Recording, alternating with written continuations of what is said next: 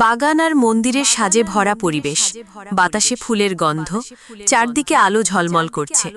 ইন্দ্র: ভাই অভি, আজকের দিনটা কিন্তু একদম স্পেশাল, ভুল করলে চলবে না।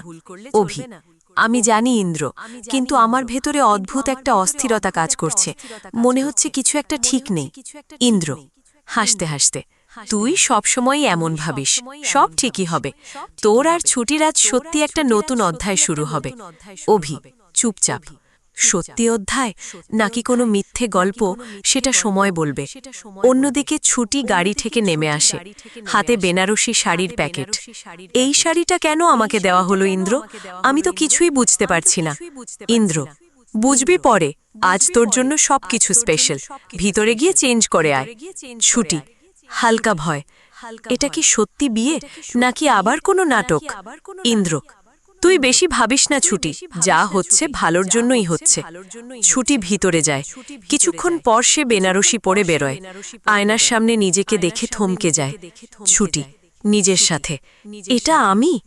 কেন মনে হচ্ছে সবকিছু অচেনা? তবুও কোথাও একটা টান অনুভব করছি। অন্যদিকে অভি ধুতি পাঞ্জাবি পরে দাঁড়িয়ে আছে, চোখে গভীর ভাব। ইন্দ্র: মজা করে? দেখ ভাই, একদম বর লাগছিস। অভি গম্ভীর: মজা করিস না ইন্দ্র, এটা শুধু অনুষ্ঠান নাকি নিয়তি আমি বুঝতে পারছি না। ছুটি ধীরে ধীরে মন্দিরের দিকে আসে, সবাই তাকিয়ে থাকে তার দিকে।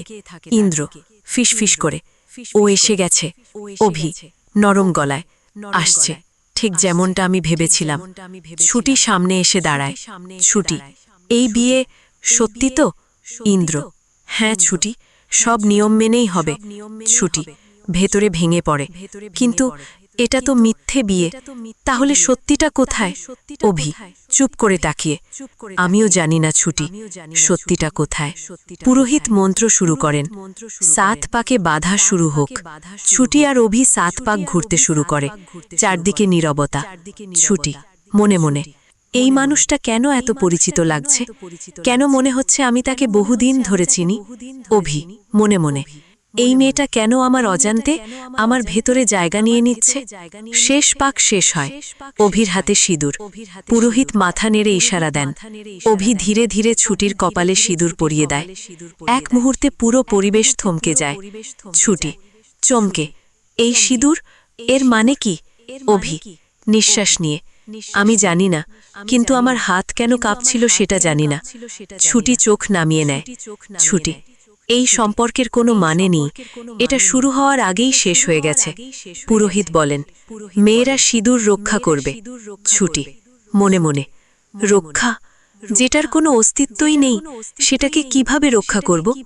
ইন্দ্র হঠাৎ খুশি হয়ে বলে, ভাই অভি, কাজ শেষ, বিয়ে সত্যি হয়ে গেল। অভি থমকে যায়। সত্যি হয়ে গেল মানে? ইন্দ্র হাসে, মানে তুই এখন সত্যি বিয়ে করলি ছুটিকে। অভির চোখ ছুটির দিকে যায়, সে ধীরে ধীরে নিজের হাতের দিকে তাকায়। অভি মনে মনে: আমি ওকে সিঁদুর পরালাম। কেন মনে হচ্ছে আমি আমার পরীকে স্পর্শ করেছি? ছুটি ধীরে বলে, এই সম্পর্ক আমার জন্য বোঝা হয়ে যাবে, আমি এটা বাঁচিয়ে রাখতে পারবো না। অভি চুপ।